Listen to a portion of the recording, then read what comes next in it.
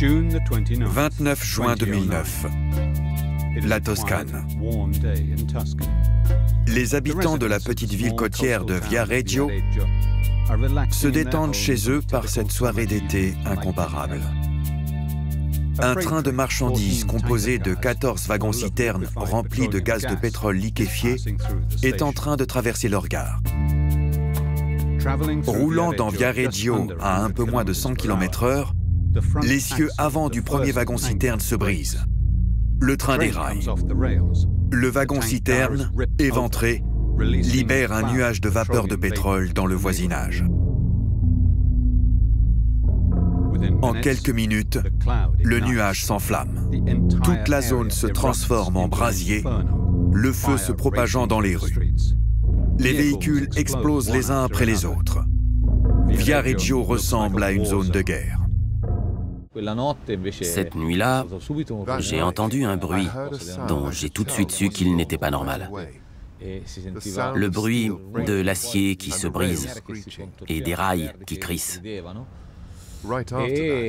Juste après, j'ai senti une odeur de gaz. Le ciel est soudain devenu rouge, de la mer jusqu'aux montagnes. C'était comme un coucher de soleil survenant au mauvais moment, parce qu'il était presque minuit. On s'est tous demandé ce qui se passait. Il y a Viareggio avant le 29 juin et Viareggio après le 29 juin. Et moi, qui suis un habitant de Viareggio jusqu'au bout des doigts, je le ressens profondément. Du point de vue des Italiens, c'est le premier et le pire accident ferroviaire jamais survenu depuis la Seconde Guerre mondiale. 32 hommes, femmes et enfants meurent dans la pire catastrophe ferroviaire que l'Italie ait connue. L'une des pires dans toute l'Europe. 14 personnes sont mortes sur le coup, brûlées ou écrasées alors qu'elles dormaient chez elles. 18 sont mortes de graves brûlures dans les jours et les semaines qui ont suivi l'accident. Plus d'une décennie après la tragédie, un profond sentiment d'injustice traverse encore cette communauté toscane qui continue de se battre pour la vérité et le changement.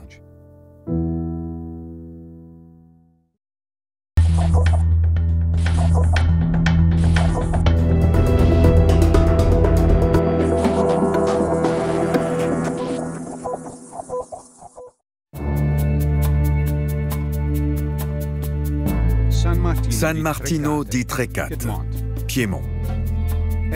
Chaque jour, des dizaines de trains quittent les rails rouillés de ce labyrinthe de 2 km de long, au milieu des hautes cheminées en fonction de la raffinerie de pétrole Sarpom ExxonMobil, dans la plaine du Pô, près de Milan. Le train de marchandises 50325 quitte la raffinerie de Trecate le 29 juin 2009 à 15h35.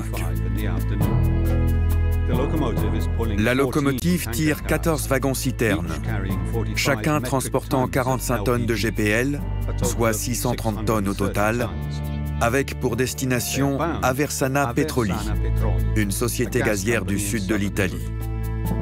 Le train s'arrête en gare de Trecate pour un contrôle de sécurité et de logistique effectué par Trenitalia, la compagnie ferroviaire italienne.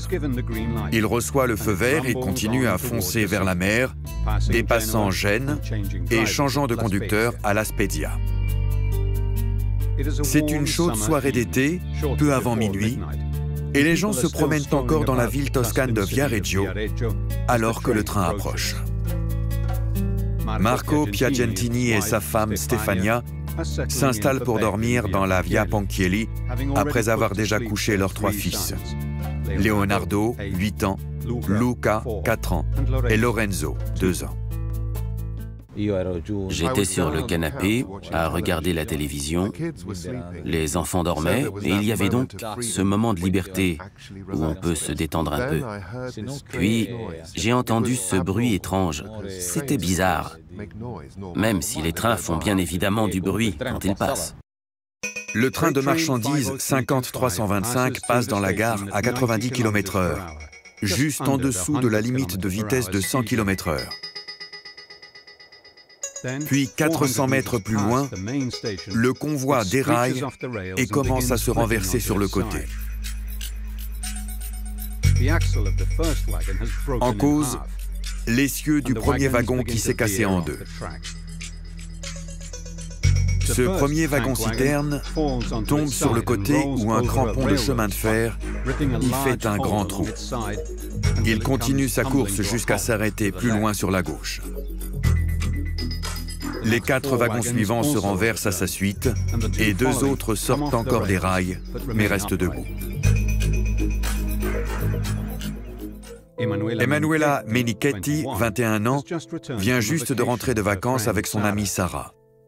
Cette nuit-là, Emanuela dormait chez son amie Sarah et elle jouait aux cartes sur le lit. C'est ce que son père m'a dit, car cette nuit-là, 3 personnes sont mortes.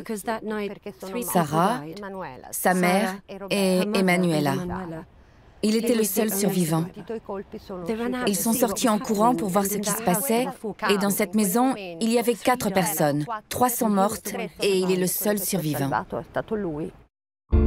Le désastre est sur le point de frapper. Ce qu'ils ne peuvent pas savoir, c'est qu'un tueur silencieux mais mortel est en liberté. Un nuage bleu de gaz de pétrole liquéfié se répand dans les rues et s'infiltre dans les maisons et les voitures. Quelques secondes avant la tragédie, Marco Piagentini sort et sent l'odeur du gaz. Je suis entré dans la maison, j'ai pris ma femme et mes enfants, j'ai pris celui du milieu, et Stefania a pris le petit. On est sortis, je suis arrivé sur le trottoir de l'autre côté de la route, et je me suis rendu compte que Leonardo avait disparu. J'ai laissé Stefania et Lorenzo sur le trottoir. J'ai mis Luca dans la voiture, et suis revenu sur mes pas. À la porte d'entrée, j'ai entendu une explosion. J'ai levé les yeux et j'ai vu un mur de feu qui était plus haut que ma maison. Le gaz se répand pendant un peu plus de 2 minutes. Puis, à 23h51, il s'enflamme. L'explosion est massive, on l'entend dans toute la ville, d'abord un éclair blanc, puis une série de boules de feu. Donatella Francesconi était la journaliste locale de service cette nuit-là pour Il Tirreno. On craignait que quelque chose de toxique puisse être inhalé par les habitants. La première préoccupation du côté de la gare était d'éloigner les milliers de personnes qui étaient sorties dans la rue, car toute la ville avait entendu les explosions, vu les flammes et le ciel rouge. Alors que le feu fait rage à travers la ville, l'un des conducteurs de train, Andrea D'Alessandro, appelle dans sa fuite le chef du service Gare et Connexion. Allô? J'écoute. Je suis le conducteur du train de Viareggio. On a déraillé, mais tout a explosé. On transportait du gaz liquéfié inflammable. Quoi? Écoutez-moi, tout a explosé ici. La gare est en feu. Bloquez tous les trains aussi loin que vous le pouvez de Viareggio. J'ai le conducteur au téléphone. Tout a explosé. La gare est en flammes. C'est le début d'un cauchemar qui va durer des années. L'explosion initiale a fait s'écrouler 3 immeubles résidentiels près de la gare. Les véhicules ont explosé comme des bombes au napalm, le feu prenant le relais du gaz. La maison de Marco s'est effondrée sur lui. Ce n'était plus qu'un tas de décombres en feu. Il a été incapable de retrouver Leonardo. J'ai cru que j'avais complètement fondu, car je ne pouvais même pas bouger un doigt de ma main.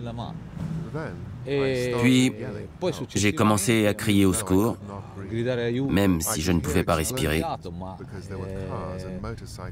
J'entendais des explosions, car il y avait des voitures et des motos qui explosaient continuellement. La chaleur était insoutenable. Je sentais tout brûler, mes pieds brûlaient et je ne pouvais rien faire. J'étais conscient, c'était comme être dans un four. Les filles sont sorties et ont couru vers la route nationale, la Via Aurelia. Emanuela est tombée et Sarah a réussi à la remettre debout. Puis elles se sont allongées par là, sur la Via Aurelia. Il y a une photo, par coïncidence, et c'est celle de Sarah et de ma fille allongées sur le sol, totalement nues, dévorées par le feu, avec un bénévole qui s'occupe d'elle. On fiche des photos, barrons-nous!